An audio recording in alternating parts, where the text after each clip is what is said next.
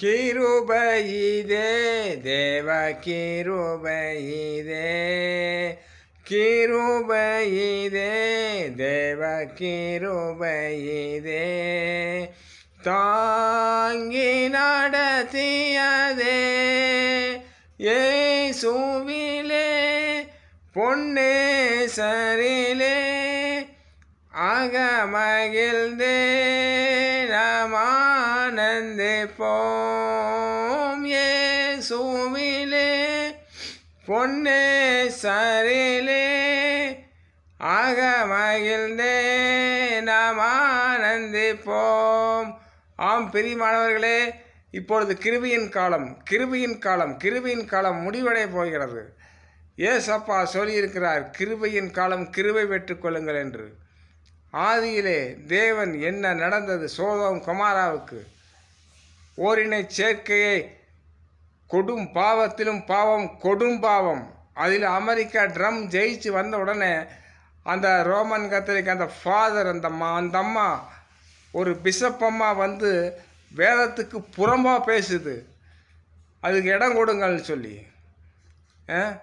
இதிலிருந்தே நீங்கள் தெரிந்து கொள்ள வேண்டாமா? வேதத்தை கையில் வைத்து கொண்டு வேதத்துக்கு புறம்பாக பேசுகிற சபை எது? தெளிப்பு ஞானஸ்தானமா?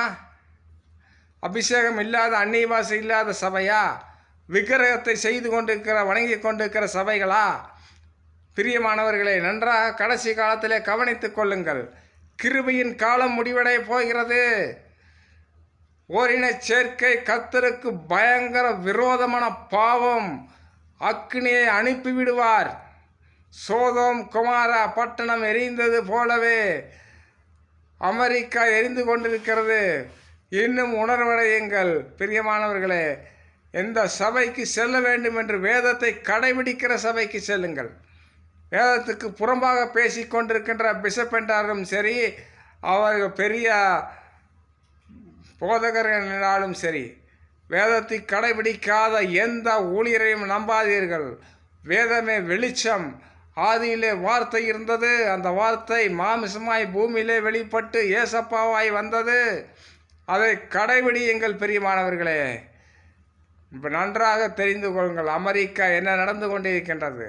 ட்ரம்முக்கு அதிகமான கிருபை கர்த்தர் கொடுத்து கொண்டிருக்கிறார். அவரை தேவன் ஆசீர்வதிக்கணும், அவரை பாதுகாத்து கொள்ளணும், அவர் சத்தியத்திலே வழி நடத்த அவருக்கு கிருபை தரணும். அவருக்கு எத்தனையோ பிரச்சனைகள் இருந்தால் அதெல்லாம் தேவன் வெற்றி தருவார். அவர் சத்தியத்தில் நடப்பதற்கு அவர் ஒரு ஊன்றுகோலாக இருக்கிறார் பிரியமானவர்களே. அவருக்காக எல்லாரும் ஜெபம் பண்ணி கொள்ளுங்கள். அவர் ஒரு சத்திய மகன்.